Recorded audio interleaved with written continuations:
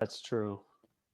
Hey there, food fans. Welcome back to the Food for ThoughtCast with me, your host, Melissa Reagan, and my co-host with the most chefs, Steven Gonzalez. Oh, What's how's up? it going? Yeah, we got the giggles today. What's up, buddy? Oh, living the dream. Tired Man, but good. How you living doing? the dream. Also, living the dream, fighting the nightmare on the daily. No, that's how it goes. Yeah.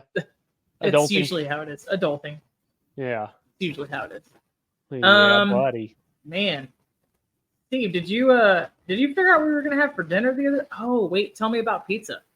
You go try that pizza place? MD Pizza. Yes. Delicious. Yes. So we got there, and it's BYOB, and the owner's there just making pizzas, doing his thing, and we went on a recommendation. So we look at the menu, and they had this huge menu, like all sorts of pizzas, and they were creative.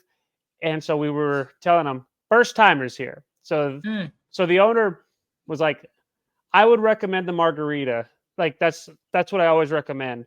And of course, like a margarita pizza is always good. So we did like half margarita pizza, half a chorizo pizza. And on the chorizo side, it was like chorizo, cilantro, tons of cheese.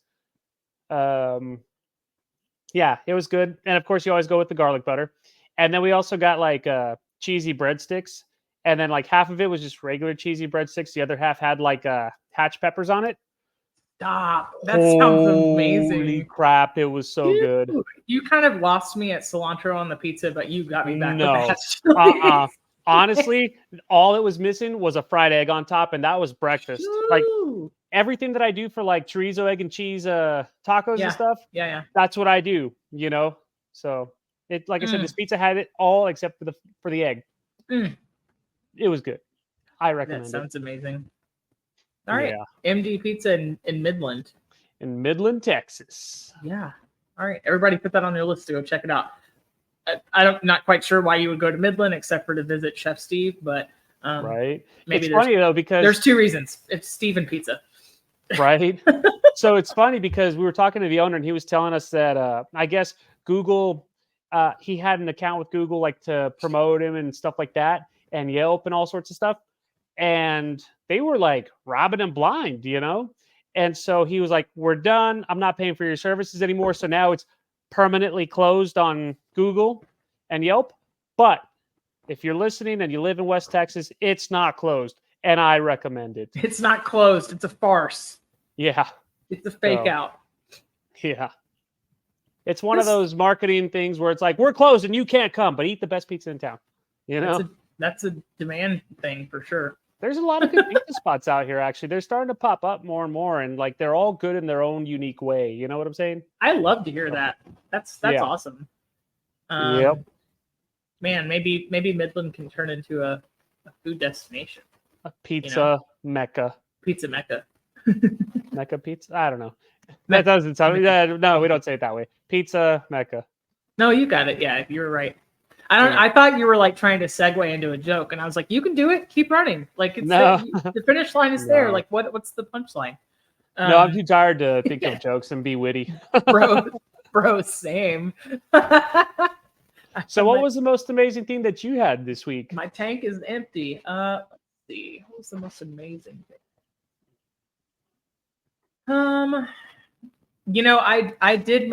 I made beef burritos. In the crock pot, like we talked about last week. But this is not going to make a ton of sense, but a little bit of sense. I took the taco meat and I made chili killies with it. I know you don't usually put like meat in it, but I had these loaded taco flavor protein chips that I really enjoy. And I dipped them in like the sauce that I made with the taco meat, like drippings with the guajillo chili. So I kind of like just tightened that sauce up. And then I crumbled. I had feta in the fridge, but it's close enough for this application. And then the taco meat and then an egg. So it was like super protein loaded chili fillets. It was so good. It was a little hot. I like hot, but even I was like, this is hot. I didn't have any sour cream in the house, but if I had, it was I was not mad at it. It was kind of like a leftover of the leftovers meal. Yeah. Been there. I know how that goes. It was really good. Sometimes it's a hit, sometimes it's a miss.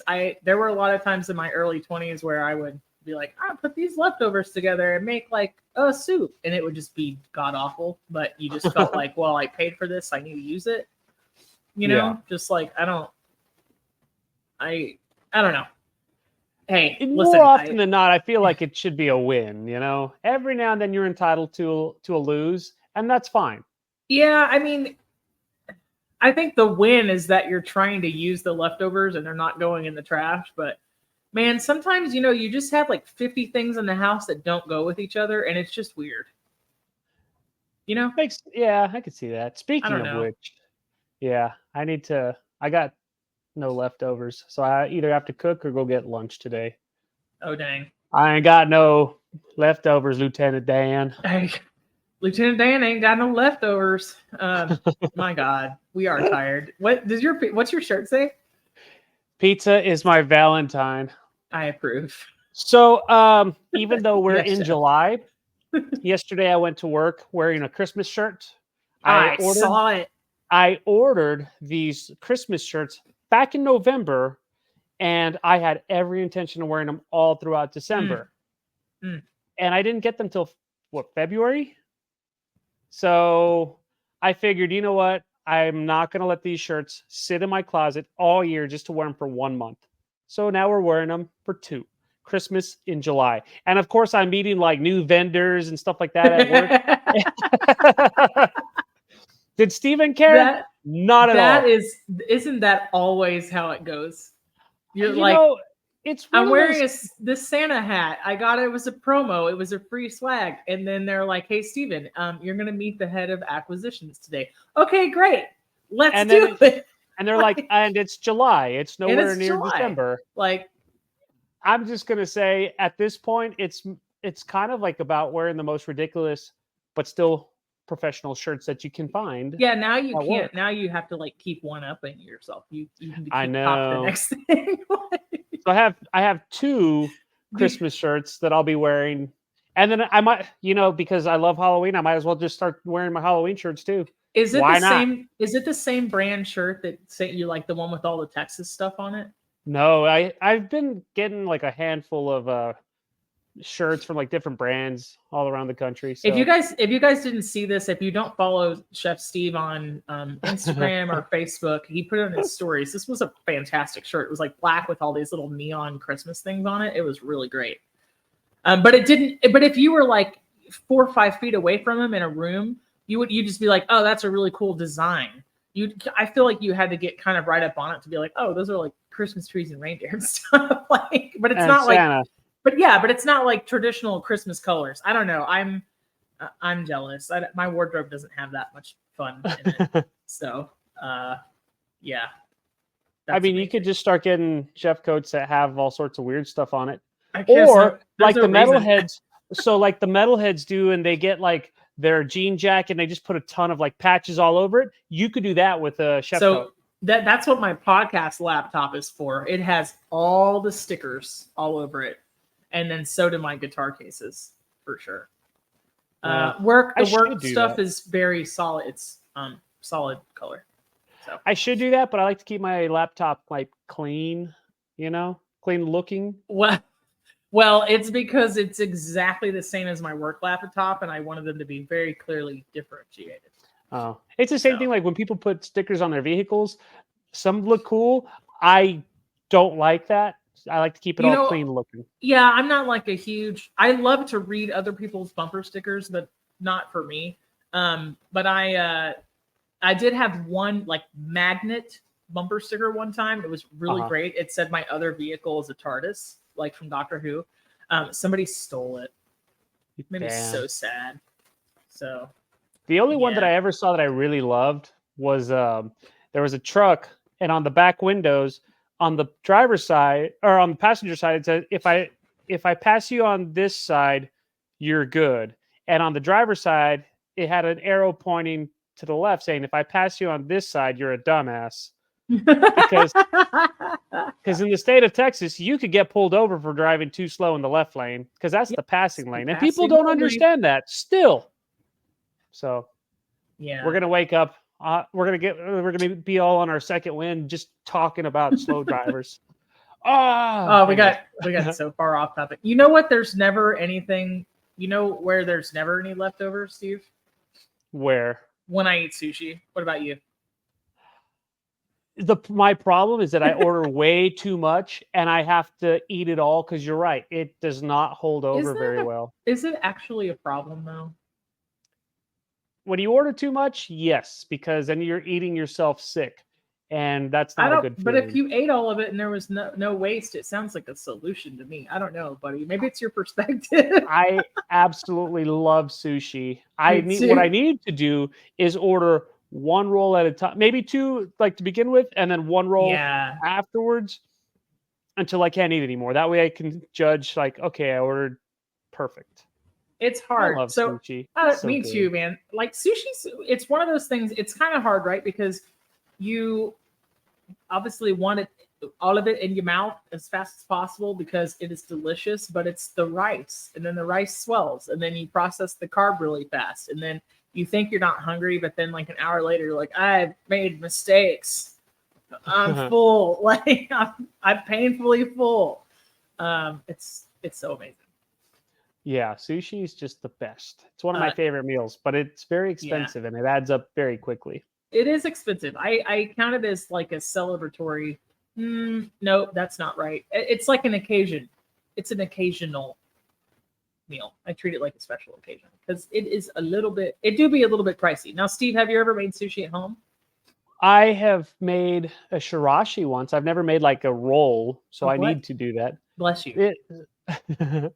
So shirashi, it's like a bowl of rice with a bunch of like raw fish on top, and it's so good. So it's like it's so good sashimi bowl, effectively, right? Kinda, yeah. I guess you can say. I have to simplify everything to get my brain around it. Let's put it in. Like dumb it down just a little bit. Steve, do you know where sushi came from? From the restaurant, duh. Hello, Uber Eats that. Right? Yeah, from the restaurant that I ordered it from. What kind of stupid question is that? The earliest form of sushi was called narazushi, and it was created in Japan, as is all sushi, around the Yayoi period. That's early Neolithic to early Iron Age. And then the first time people put rice with the fish was from 1336 to 1573 during the Muromachi period. And then during the Edo period, 1603-1867, they stopped using fermented rice and they started seasoning their rice with vinegar, much like we know today. Yum. So, yes. For those of you who don't know, when you make sushi rice, you use a little sugar and a little rice vinegar? Yeah, a little rice vinegar and kind of put it on there while it's still warm. Yeah, it's just a little seasoning. It's the special thing that helps the rice kind of, be able to be formed under nigiri and things like that. And it also gives it flavor. So, yeah, buddy. I love all that stuff. I made that sushi rice once, and I thought it was the greatest thing ever, and I haven't made it since. So I'm long overdue. So sushi is one of those interesting things that if you really like go down that trail and you start learning how to make it, it's extremely time intensive. It's very labor intensive. It's not a hobby. It's not like I'm going to make a pierogi. I'm going to make a tamale. It is very much like if you're going to buy and have these things on hand, you're going to be wanting to make it a lot to get your money's worth. And your time is money too. And that's not to discourage anybody from learning how to make it at home. Just be prepared. It's a process. It's a learning process. Yeah. Yeah, for sure. It takes a little time. It's not in an afternoon like you're going to make, like I made a pie and I learned how to make a crust, within a couple of hours. This is kind of a multi-day deal and it's a commitment. So just be sure it's what you want to know how to do. Right? Yeah, true. So, indeed. So what's your favorite thing to order at a sushi restaurant? I absolutely adore flying fish eggs and masago. That's like the little green and the little bright orange fish eggs. That stuff is really good. I really, really enjoy fatty tuna and albacore. There's really, honestly, there's not much of it that I won't eat. And I like tamago too. Do you know tamago? Refresh me. So tamago is like the kind of a little bit on the sweeter side scrambled eggs that they put with the seaweed. Yeah. It's very, it can kind of lead you down that road to like toward the spam musubi side, like in Hawaii. I really love that stuff too. I'm not gonna lie, I love that stuff. But the tamago, they can make it with like vegetables, and they can also put it in like I had it in a roll recently, like a maki style, instead of just like the nigiri, and it was phenomenal. If anybody out there hasn't had it or hasn't heard of it, don't let the word sweet scrambled eggs fool you. It's just the best way that I can, or don't let it like deter you from trying it, but it's just the best way that I can describe it. Yeah. It's so good. It's really lightly sweetened, and come on, you already like sweet eggs in other applications. Let me give you an example. Flan. Flan is a whole bunch of sweet eggs. Like, it's just cooked into a custard. So, you know, don't be like, ew, that's gross. No, it's not. It's just different, and you haven't had it. Yeah, you elitist don't hate people. No. Yeah, no. No. We love our listeners. What's your favorite? Honestly, anything with eel, I'm a huge fan of. I love all that stuff. I always like to order like tempura, like the shrimp and all that stuff, like the rolls with all that in there. I also, even though it's not traditional sushi, I love the deep fried rolls. Love them. So I like to call that stuff starter sushi. It's like good if you're teaching your mom how to eat sushi. Yeah. It's not an insult to moms. It's not a dig at moms. But I think it's, it makes a lot of sense, right? Like, for those of you who don't know eel, unagi, when you get it as sushi, it's cooked. And it's really delicious. So so that's one common misconception, is that everything that's made in and around sushi is raw. Not true. In its most basic form it is, but when we say maki, those are the round rolls that are wrapped in the seaweed on the outside. So the round slices of stuff rolled in the inside. You can also roll them inside out with the rice on the outside. It's just a matter of flipping it over before you put the fillings in. And it's rolled in like a bamboo, kind of looks like a piece of a bamboo blind, right? The little bamboo mat. You can also roll it in rice paper. That can get pretty tasty because you can crisp it up on the outside. Dude, I like it a lot. You can also do a riceless maki roll with like cucumber or daikon radish on the outside. Those are really yummy. It's mostly just seafood on the inside. But for the fried rolls, Steve, me too. If you fry something and put cream cheese and green onions and like wasabi, it's like, funny that you call it starter sushi, because I call it trash can sushi, because it's just like everything that's just like you shouldn't eat, and I love it. I don't. Like, what shouldn't you eat? Explain. Well, I mean, like, you got the cream cheese, you got like the deep fry and all that stuff, and it's so good. It's really good. That's just how I describe it, and it doesn't deter me at all. I order my go-to is going to be a rainbow roll. So that's usually like avocado and crab with a K, to be honest. It's the surimi.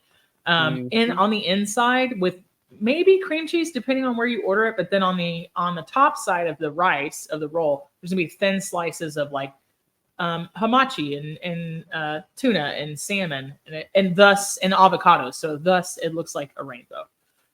It's really delicious. I like all those flavors together, but the fried rolls, the tempura rolls are really fantastic. And you know what, Steve? I really like the veggie variations on sushi too.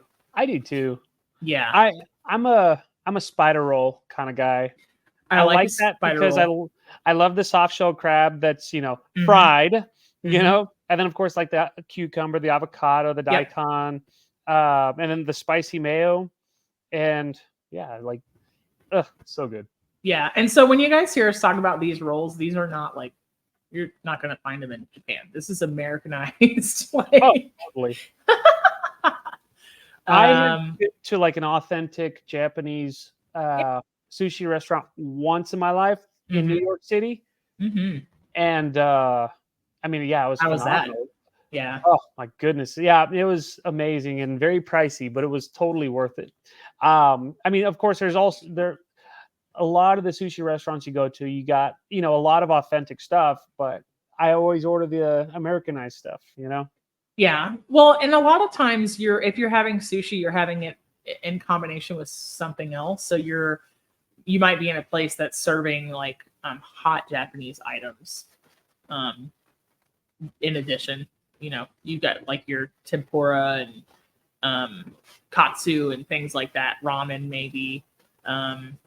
There certainly are, don't misquote me. There certainly are places that are only serving sushi, but a lot of times there's supplementary things that you can add. Yeah. Have you ever done omakase? No, I haven't. Okay, so for everybody out there, if you don't know, the word omakase translates to "I'll leave it up to you." So some places will have it's kind of like a tasting menu in a more traditional brigade style restaurant, Yeah, I can see that. but it's sushi. So some places you can tell them how much you want to spend, and some places will be like, we have $125 omakase menu, and it's this many courses, and the chef just kind of gets to play. That's really fun. It's super fun. Yeah. So, and you can specify maybe up front, like, hey, I hate mushrooms, or I don't like peas, or whatever, like, yeah, maybe not those items, but you know what I mean? Like, hey, I don't do shellfish, right? You would want to specify that if you were doing omakase, because it's kind of like the chef just gets to like throw down. Mm-hmm. So it's their choice. So it's super fun. I find that I almost never have the money to do that. But I've done it twice. So in the 19th century, sushi started to change just a little bit. The Japanese started eating 3 meals a day, which was like apparently a new concept. Before that, they would eat like 1 or 2, and they would boil the rice instead of steaming it. And so to give it back some flavor, they started seasoning it with the rice vinegar. So yeah, sushi kind of effectively became a fast food once they stopped fermenting the rice. So they would ferment the rice at first to give it kind of a sour taste, so like a lacto fermentation. So that's kind of like things like kosher pickles that are out at room temperature, or like sauerkraut or kimchi from Korea. Mm-hmm. The rice would kind of get like a tangy flavor from fermenting and being left out, but they sped it up. So that's kind of how sushi became fast food, because then it was all about like, well, we seasoned this, the rice kind of took 20 minutes. Now we seasoned it with rice vinegar, and we're cutting the fish right in front of you. So super fast, really quick, and super available, Mm-hmm. Yeah. I'm a big fan of it because it's, because it's actually like high in protein, high in carbohydrates, mostly because of the rice. And then you got a lot of vitamins and minerals. And even like the seaweed wrap that they use, or the nori, if you will. I mean, and then of course you go and Americanize and add cream cheese and deep fried and make it good. But like traditionally, it's do you have something against pretty cream healthy. Cheese, Stephen? Nothing. I love it. I love it as Guys, much as I love pizza. There's this. I love cream cheese too. There's a roll out there that is not at all traditional in any way, but it's called a Philly roll, named for I do like Philadelphia cream cheese. Basically, right? And somebody correct me if I'm wrong, but I'm pretty sure that's why it's named that. But it is smoked salmon, avocado, and cream cheese, and cucumber. It is really. There's nothing wrong with that. Really good. Super good. So, yeah, there's nothing wrong with that. I absolutely adore it. It's delicious. And it's obviously like a really good carrier for all the flavors that they use. Oh, yeah. But I think it appeals to American palates. So, question, when you're eating sushi, are you proficient enough to use chopsticks, or do you need a fork, or you just eat it with your hands? So traditional nigiri sushi, where it's like the rice with the piece of fish on top, that's supposed to be eaten with your hands. So the idea is that you grab it and you turn it over to dip only the fish in the soy sauce, because if you dip the rice, it'll disintegrate.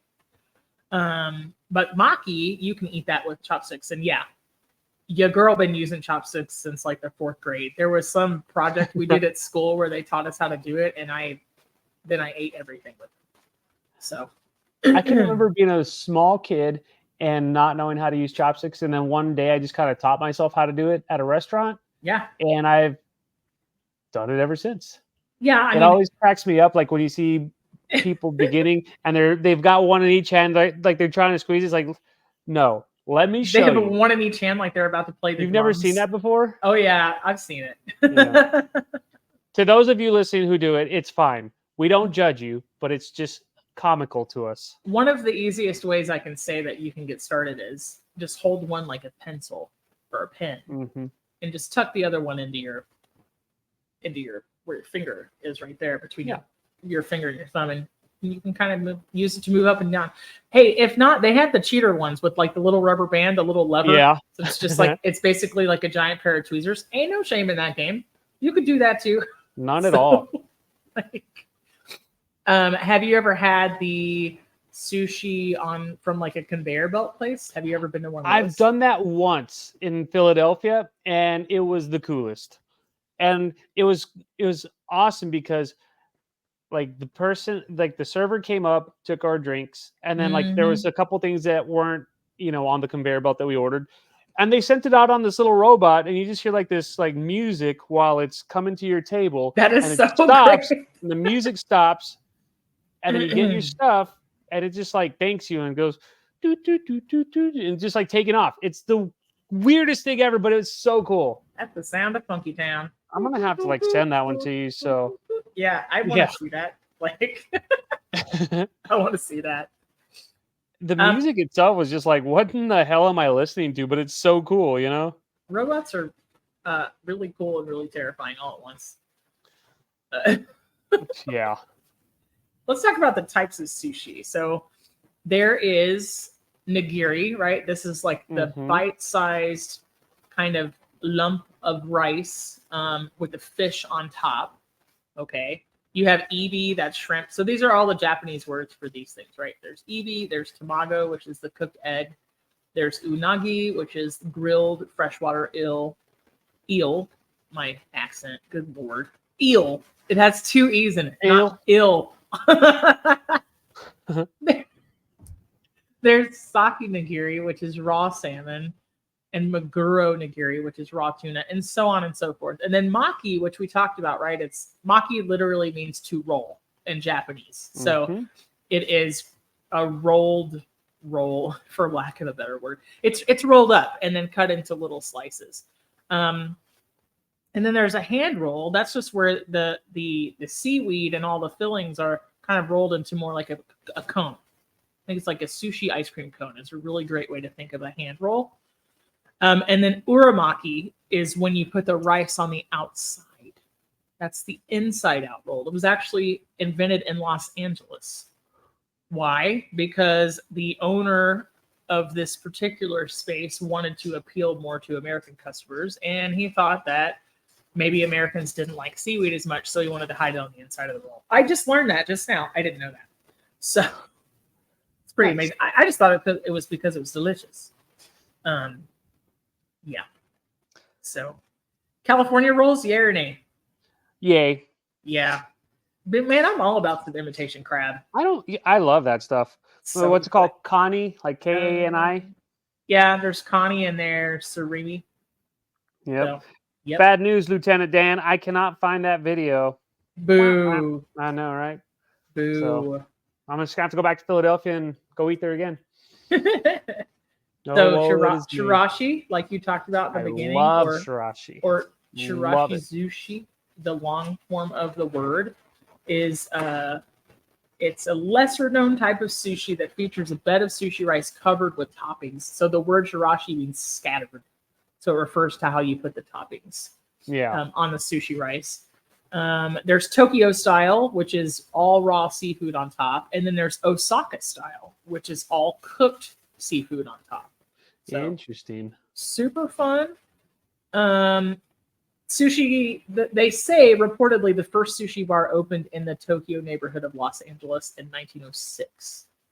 So, and then, not too long after that, there was a wave of like anti-Japanese sentiment in the United States, camps and so forth. So it fell out of favor, and then kind of was revitalized after the 40s and 50s. So yeah, it made the comeback. I would argue that it's doing quite well now. Oh yeah, and it's not just like a fad. That absolutely people, not. It's been around for many years, and it's going to continue to evolve. And I can't wait to see like what they do with sushi, like when we're in 20 years, 30 years, Well, 10 years. Have you had a sushi burrito? I have once, and it was good. Yeah. Yeah, it's like a giant maki roll, but I get mine with some real. You want to talk about trash can toppings? The hot Cheeto dust. Yes, that's me. Trash can panda all the way. So they do these rolls at HEB now with like, it's got like the mango and the hot stuff and like the chamoy and all that. That's where I draw the line. I'm just like, nope. Really? Mm-mm. Oh no. Is it because you don't do like spicy that much, or I do. I don't mind it, but it's that one. It's a too tart and tangy for me. It's not quite my thing. Okay, so there's that one I will pass on. There's some restaurants that do for brunch. They do frushi. Some friends introduced it to me. Fruit sushi. Are you down with that? It's not real sushi, but you know. Okay, I mean, I'd try it once. I like plays on words a lot, as you may have noticed, and so I really like the idea of kind of taking something and making it into what it's not. Like when you do a super savory desserts, or you do like when you do like a play on words where it's like surf and turf, but it's completely different, or you do pigs in a blanket, but it's not. You know what I mean? Like I love when people change it up just a little bit to make it really intriguing, but it ends up being something like super delicious. I love that. So I could see that. Yeah, I love that. Do you like fruit in your sushi? Not necessarily. Not really. Well, I guess if you count cucumbers. Not at all. So they got seeds. Because they're seeded. Yeah. You nut. You're on this thing's actually a fruit cake. Avocado, it's a fruit. Therefore I love fruit in my sushi. What can I say? Eggplant's a berry. Doesn't mean I'm making a pie with it. Just saying. Oh, now we will. Eggplant pie. No. That's just ratatouille. That's ratatouille. Golly. Okay, listen. If this is where it's heading, then ratatouille is a cobbler. I said what I said. Like so then have you ever had like dessert sushi? Like yes. I honestly don't know what is all in dessert sushi. I've never had it, but I know that they make it. The dessert sushi that I had, so these are all like plays on, tributes to, and everything else, right? This isn't real sushi, but it was a coconut sticky rice rolled around like mango and strawberry and kiwi and drizzled with dark chocolate. See, I could do that. And toasted coconut. It was really great. So see, I could get into that, you know. Yeah. I wasn't mad at it. When you incorporate like fish or kani or any kind of thing with like mango and chamoy and hot Cheeto dust. Nah. So yeah. So what about the have you tried like kind of the viral baked sushi trend? No, I haven't. Okay, this is delicious. Describe this to me. Yeah, so I tried it. I tried it with some friends of mine, Tiffany and Jared, and we all really liked it. I didn't really season the rice. Let me see. What did I not do? I think the whole thing was a little bit loose and wet. So I'll explain. So basically, the idea is that in a casserole dish, you make sushi rice. Okay. Which I think in and of itself was a little bit of the confusion because it ended up being like super compacted and not very flavorful. So next time I'll just do it with like half the volume of the rice. But it walks you through. I made sushi rice in the microwave in 20 minutes. It was a really neat it was a neat recipe. It had all the components, but just like shortcut, right? Like there's every Japanese person out there. It's just blasphemy. Blasphemy. So anyway, you make sushi rice. You season it the traditional way. You use the short grain, everything else, right? It goes into a casserole. You take seafood of your choice. In this case, I used salmon, and you bake it with like teriyaki, and you flake it up with like a fork, and then you have all your toppings out. You have your like wasabi, your ginger, mango, avocado, everything else, and you buy the little crispy sheets of nori.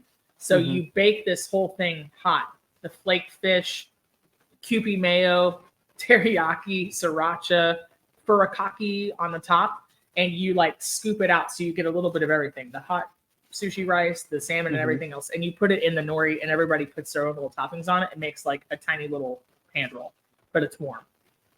It was delicious and super fun. Super fun. So let's try that.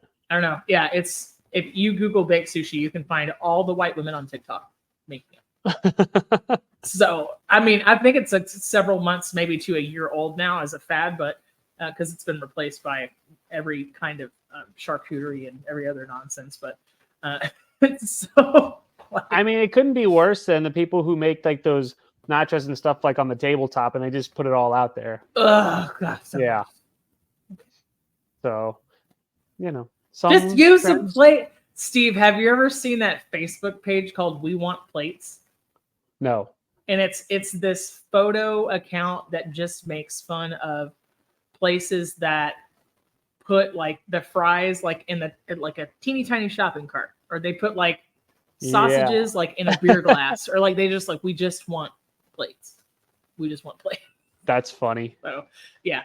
Sorry, back on topic. Poke bowls, sushi's more easy cousin. Yes or no? Smash all the way. So this is you can take sushi rice. Sometimes they use purple rice.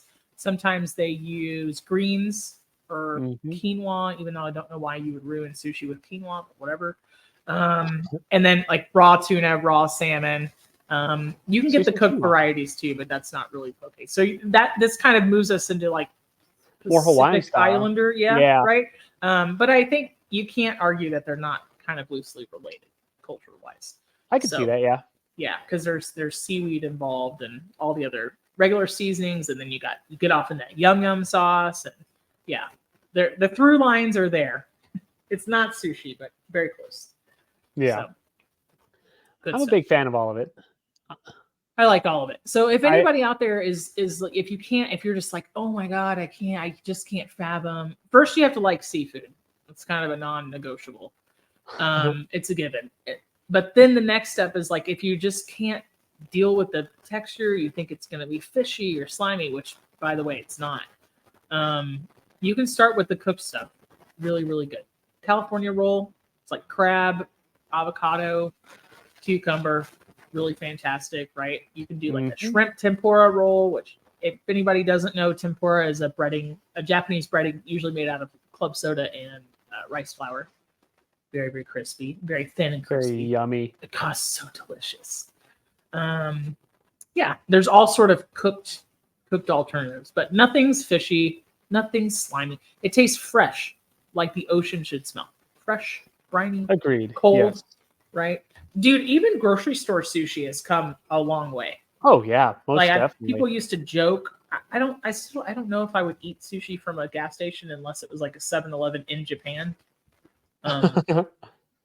But yeah, even grocery store sushi there are a lot of like in-house sushi programs that are contracted into grocery stores. They're being very safe. They're using did you know that if you pre-freeze fish, it's safe from parasites, right? Like they have a really good program where they're getting the fish from reputable sources. It's not like some Joe Schmo selling them like, trout. Oh yeah, it's not like they take a lot of precautions. So there's a lot of precautions. There's a lot of like high quality standards. And yes, from time to time, if I don't want to go drop $50, $60, $70 on sushi, which is very easy to do, even if you're eating it alone, I will go to the grocery store and get a $10 roll as a meal. Yeah. $10 roll as a meal, $3 bag of salad. Have that. Exactly. Salad. So good. What about all the stuff that comes with sushi? Do you like all the seaweed salad?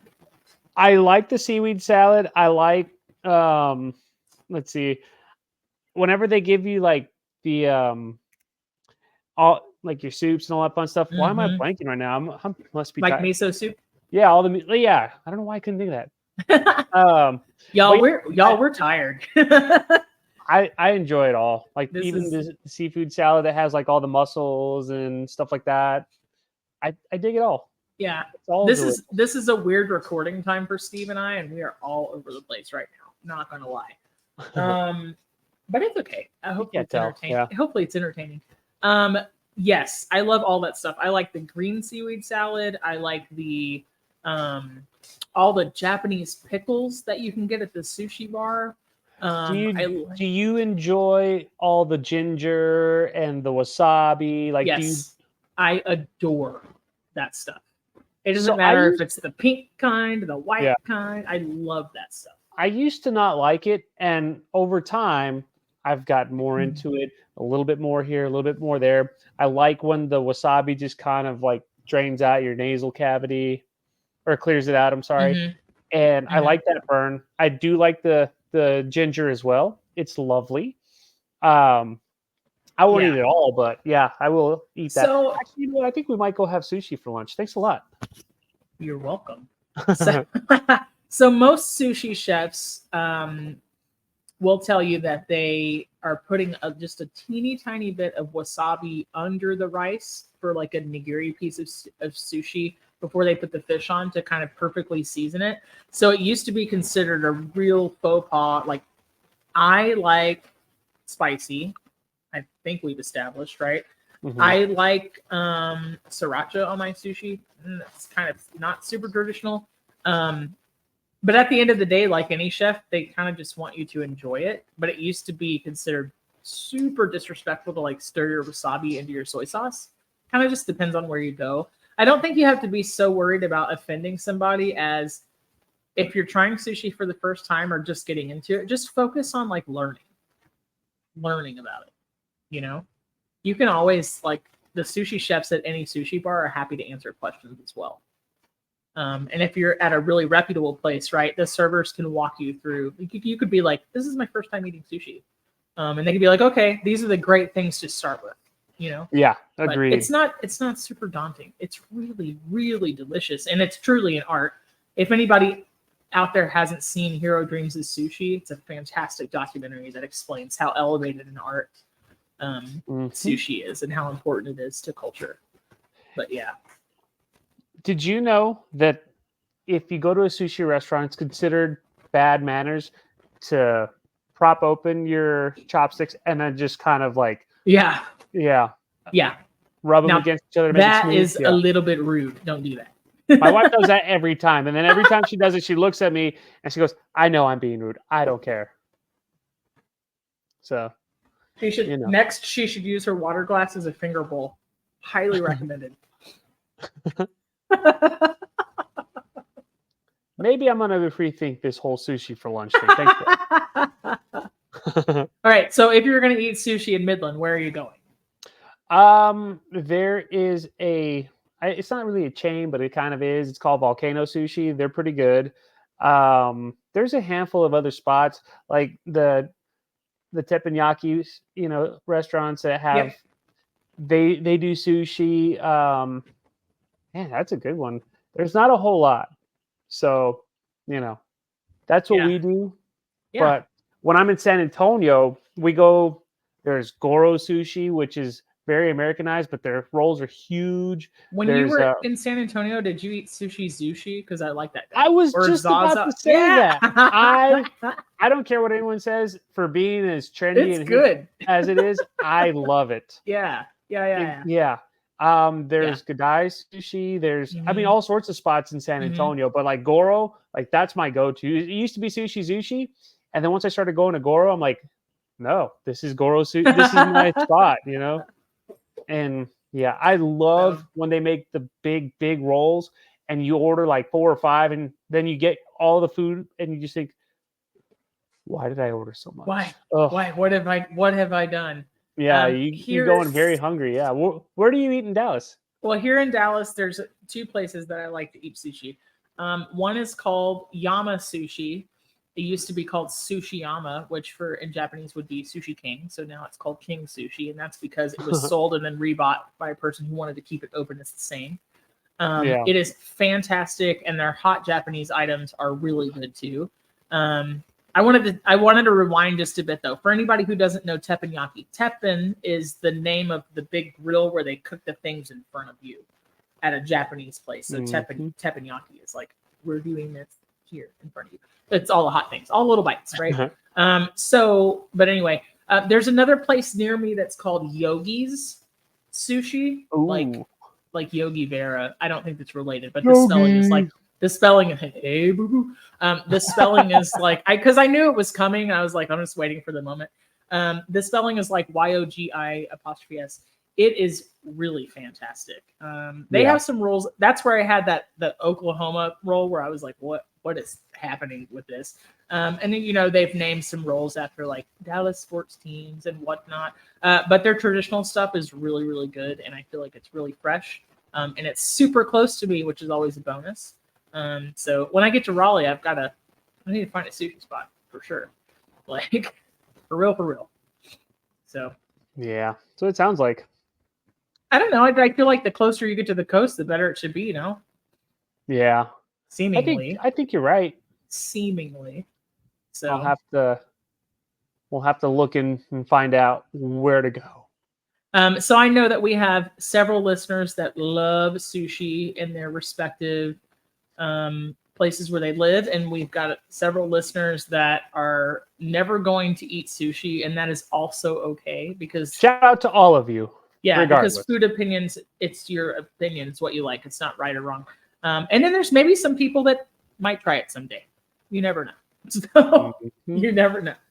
So yeah, Steve, what are you cooking this week? Are you gonna get sushi for lunch today, or is it still? I don't even know anymore. It's the chopstick thing.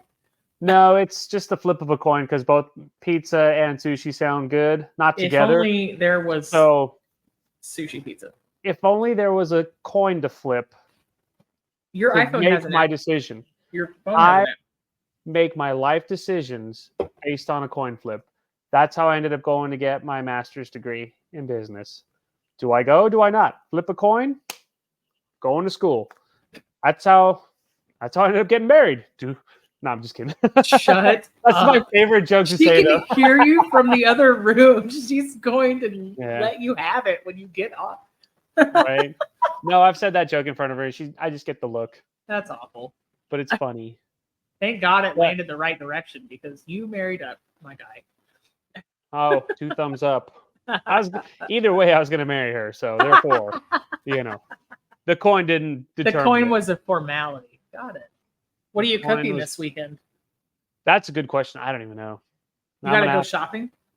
Well, I would like to kind of make like some chia seed pudding, like a high protein chia seed pudding, but I just have to actually do it. Blend it up. Really? Yeah, it makes it smooth, like real pudding. No, like beforehand. Oh, okay. Mix all the components together and then burr the crap out of it in a blender. It'll make it like it's like regular Jell-O snack pack pudding. It less of that, doesn't have that. Like, I hate that. I like boba of all things, but I hate chia seed texture when they're rehydrated. I'm just saying, give it a shot. Interesting. Yeah. Okay. Blend it up. We'll do that. Smooth. We'll do like a coffee flavored protein chia seed. Are you going to rehydrate it with a protein shake, or are you going to shake powder into? Yeah, so I have my protein powder, and then of course like some water, and then the chia seeds, a little vanilla, probably some like almond extract or something, and once it's all set up, then we'll throw fruit and nuts in there. If nothing else, blending it will help the protein powder as well. But you should side by side it, and then let me know what you think. No, I'm just gonna take your word for it because I've made like typical chia seed pudding, like where I don't blend it. So now we're gonna have to try it that way. I hate it. It's like squishy pile of snot. Frog eyes. Sorry, I just can't. I can't do it. I can't do it. I was talking to a dear friend last night who is doing keto. She's a dear friend of mine. Her name's Rachel, and I don't think she would mind me using her name. That's fine. Too late, girl, because I'm not doing. Shout out to Rachel. Shout out to Rachel. She was saying like we were talking about getting a lot of protein, and she was like egg whites, and I was like, can't. Texture, can't do it. Nope. Maybe in a frittata, 9 times out of 10. She's like, no, drinking them. And I was like, That's a double no. Not happy. No, can't. She was like, yeah, there's people out there that do it. I was like, not this people. Not this people. So. Have to. Now that you mention, I do have egg white powder, which is how I made my cloud bread. So careful. We're gonna show make your chia pudding taste like an omelet. You're gonna be really well. No, upset. I'm not gonna throw egg whites in there. No, we're gonna use that for whiskey sours. Ah, I see. Yeah, try that now. Egg white powder. I used to use it as a protein. If you put it with like chocolate and like chocolate banana peanut butter, it goes well into a blender for a protein powder. So, hey, everybody, back on topic real quick. We just scratched the surface on sushi. It was just a little intro.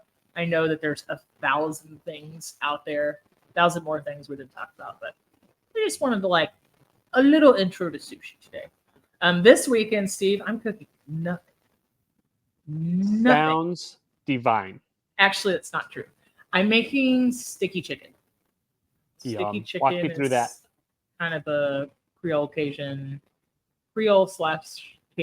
not to offend anybody. But it's, it's like onion, celery, green bell pepper, a little sugar of your choice, butter, get it super browned, Worcestershire, a little flour in there, make a really sticky pan sauce, and then put your chicken thighs in and let it cook down over some rice. Yes. And therefore you have magic. And magic. Yeah, I'm super. I don't know. I've seen there's like 3 ladies on the TikToks that make it. I've seen it 18 times now, so I need to make it. Interesting. So let me know how the chia seed pudding turns out. I'll have to do that. Let me know if you go get sushi, because you kind of made me want sushi.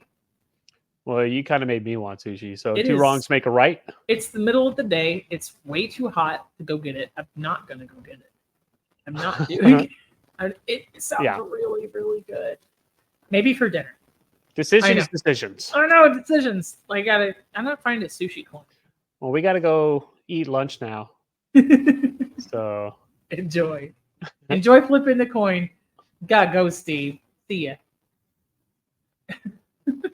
See you later. Steve's internet froze up. He's not even moving right now. Mine did. Yep. Yep. Bye. Bye.